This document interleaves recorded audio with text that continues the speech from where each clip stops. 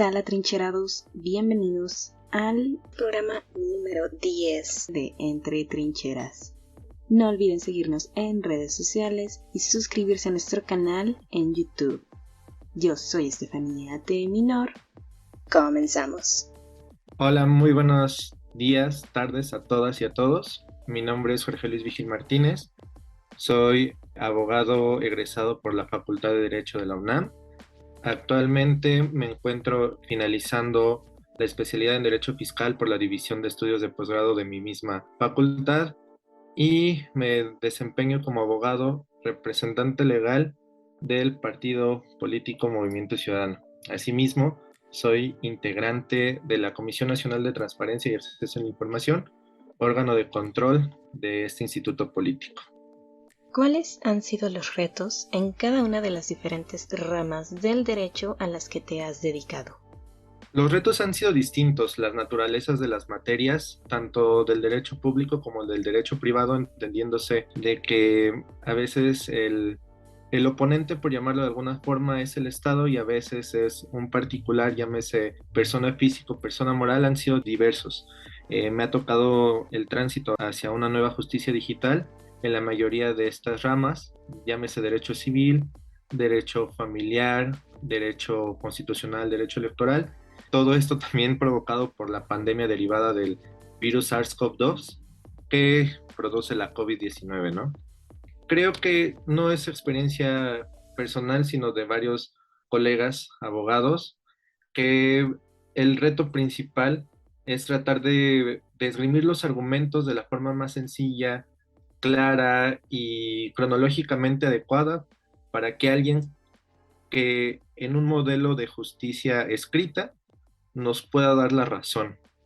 Creo que el hecho de la impartición y del litigio es un gran reto, pero yo lo he disfrutado bastante. Otra de las cuestiones es derivado de mis labores en el Movimiento Ciudadano y con presencia en 32 estados de la República, ha sido dar la cobertura en época de pandemia para cualquier contingencia jurídica que se ha llevado a cabo. No solamente el Movimiento Ciudadano o el partido político responde ante el INE como máxima autoridad fiscalizadora del mismo, sino también responde con Hacienda, con SAT.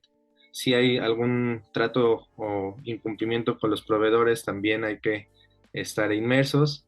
Entonces, el COVID-19 nos vino a poner en jaque y a reinventarnos, tratando de buscar soluciones creativas para poder llevar a cabo y poder defender y llevar a buen término todas las contingencias jurídicas que Movimiento Ciudadano ha sido parte. Y también debo de decir que cada una de las ramas del derecho en las cuales me he dedicado, cada una tiene su complejidad. El derecho familiar, la complejidad siento yo que es el trato con las personas, el tratar de llegar a acuerdos, sobre todo porque vienen pegado emociones a las demandas, ¿no? Desde un divorcio hasta una pérdida de patria potestad de los menores, de custodia, etc. Y puedo decir que el mayor reto es el trato en tribunales porque nunca sabes el criterio del juez. Sin embargo, tienes que tratar de que todo sea llevado a buen término para que puedas solucionar el asunto, uno, lo mejor posible y dos, lo más rápido. Y en ese sentido, en tu experiencia, ¿cuál ha sido lo más complejo de estudiar derecho y posteriormente enfrentarte a la realidad del país? Creo que el mayor ejemplo para esta pregunta es la reforma al sistema de impartición de justicia en materia penal. La Facultad de Derecho y algunos de los profesores que dan clases en ella fueron grandes promotores de esta reforma. En teoría, uno se puede imaginar que, como en Suits, la serie de Netflix, íbamos a estar parados frente a un estrado, frente a un juez, frente a unos testigos y toda la onda, ¿no? Pero la realidad dista bastante. Creo que en teoría y en los libros el derecho es de las cosas más padres para leer, porque vas conociendo la construcción de las normas sociales a partir de ciertas conductas que el hombre y la mujer llevan a cabo en sociedad y que tienen que ser estas reguladas a través de figuras jurídicas, llámese normas, leyes, decretos, reglamentos, etc. Lo que más difiere es la teoría que la práctica. La teoría es muy padre para leer, es muy padre para conocer cuáles eran las figuras que en el derecho romano, que es base teórica de nuestras figuras jurídicas en nuestro sistema de leyes mexicano. Está bien padre leerlo, pero ya de repente enfrentarte a la cotidianidad de la vida en juzgados y de la vida administrativa en los mismos es diferente. En la facultad no te enseñan a cómo sacar una cita con un actuario para ir a notificar que está siendo alguien demandado, ¿no?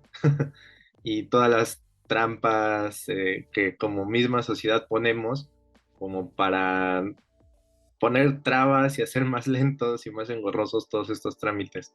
Creo que eso es lo que a mi perspectiva es lo que me ha pasado y lo que más me ha dolido como confrontar, ¿no? En clases es una cosa bien bonita para aquellos que nos gusta esta carrera.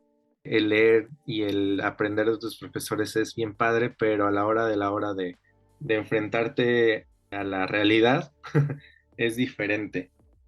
Hay que decirlo también que no en todos lados, pero sigue habiendo un gran retraso en materia de impartición de justicia, que muchas veces este retraso está derivado de una gran carga de trabajo y que se presta pues para ciertos negocios medio turbios, ¿no? Ilícito, sí, sí. Así es, también hay que decirlo que hay unas ramas del derecho que están menos viciadas que otras, pero también es la realidad de que la carga de trabajo es enorme, provoca retrasos, provoca corrupción y provoca pues hartazgo de la sociedad y que hasta nosotros mismos como seres humanos busquemos ciertas alternativas autoaplicativas para tratar de solucionar nuestros problemas, ¿no? Como las autodefensas en materia penal, como de a tiro ya no denunciar a quien te robó, o preferir guardar silencio y mudarte del lugar cuando alguna mujer o algún menor sufre de violencia, ¿verdad? Eh, Claro, es el descontento también que genera y la desconfianza también yo agregaría a nivel sociedad, de que están las figuras jurídicas, están las instancias, está todo en materia legal. Sin embargo, la sociedad ha manifestado hasta cierto punto, sí, de hartazgo, como ya lo mencionabas, pero también desconfianza por lo que ya previamente ya mencionabas de estas figuras de corrupción que, como lo dice la palabra, han sido corrompidas y al final el sistema se vuelve más lento, también por la cuestión de toda la burocracia que hemos manifestado a lo largo de estos años. Sin embargo, pues eso es lo que pues tú en cierto grado has notado. Digo, tú como abogado, siendo este medio, ¿no? También para entre el cliente y entre el que hizo o está demandado, ¿no? Entonces, ¿cómo eso tú yo lo has manifestado en otro tipo de situaciones? Un ejemplo concretamente hablando de tu experiencia. Así es, y déjame decirte que desafortunadamente a todos los operadores del derecho muchas veces, también hay que decirlo, y es tan rutinario, ya es tan como una analogía a los doctores, ¿no? Cuando ya ves gente enferma, cuando ya ves, ya poco a poco te empiezas a acostumbrar a ello, ¿no?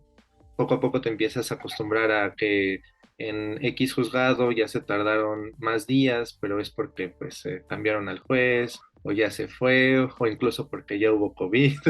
Claro está, ¿no? Los nuevos retos que han estado surgiendo, pero creo que la labor de un buen abogado es mantenerse en constante actualización y tratar de ser empático con la realidad que está sucediendo en el país.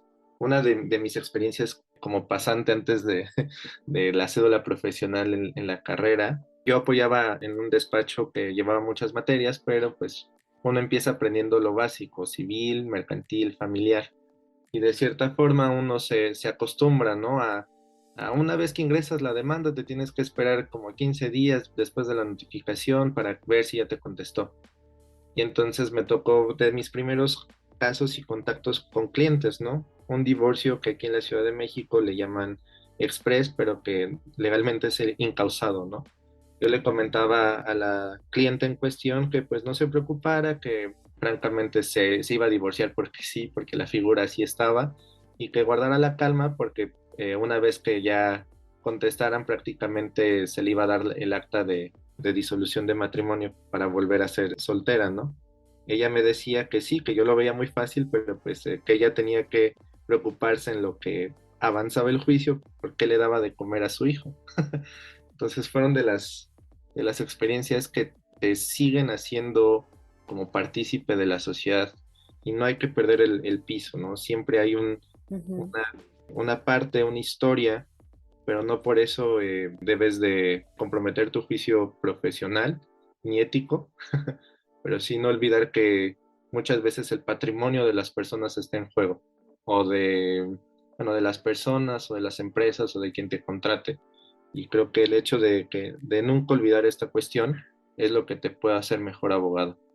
Y aterrizándolo ya en esta cuestión de, ¿consideras que hay un grado de desconocimiento en materia de derechos a nivel poblacional? Desafortunadamente, sí, considero que en todos los ámbitos hay desconocimiento. No quiero decir que consulten a su abogado, pero quizás hasta nuestras mismas normas, el cómo están hechas, el cómo están redactadas, el cómo las promulga la Cámara de Diputados y después las publica el Ejecutivo, siento yo que nuestra literatura jurídica está especializada para aquellos operadores del derecho. Con esto quiero decir que, por ejemplo, hay ciertos términos que no toda la gente puede llegar a saber, ¿no? Que son muy técnicos de abogados, de jueces, de quienes estamos inmersos en esto. Pero eso es una de las causantes de lo que yo sí creo que hay un desconocimiento, porque no vamos lejos. Muchas veces se tergiversan también a través de redes sociales el hecho de que, por ejemplo, puedes pasar sin pagar una caseta, ¿no? Porque es un derecho constitucional al libre tránsito. Eh, pero bueno, no es así, es una falta administrativa porque es un tramo concesionado, porque ahí se limita tu derecho, ¿no? Y entre que nuestras leyes están un poco alejadas de un lenguaje ciudadano, si me permites el término, y otra, que la difusión a veces no es la correcta de los mismos ordenamientos jurídicos, creo que es ahí cuando surge la opacidad o, ¿cómo decir?, el desconocimiento de las leyes, aunque el desconocimiento de las leyes no te exime de su cumplimiento, claro está. Creo yo que desde los derechos fundamentales hay un desconocimiento y desafortunadamente creo que este es un tema también de la sociedad mexicana en sí, porque preferimos muchas veces, ¿cómo decirlo?, preguntarle al primo de un amigo respecto de lo que se puede hacer o no, y si crees que tiene razón, pues lo haces, ¿no? O sea, se generan derechos desde que, no sé, te vas a vivir con una persona después de cierto tiempo, desde que tienes un hijo, desde que celebras una compraventa en una tiendita. Son figuras jurídicas que se han socializado tanto que muchas veces se pierde como la noción de las causas y consecuencias que pueden tener, ¿no? Ujú. Y desafortunadamente, bueno, el gremio de abogados es bastante y también cada quien habla para seguir teniendo tus clientecitos, ¿no? Claro. Nos vemos la próxima semana con la segunda parte del programa número 10. No olviden suscribirse a nuestro canal en YouTube, activar las notificaciones y seguirnos en Facebook. Yo soy Estefanía de Minor y recuerden, cada trinchera cuenta.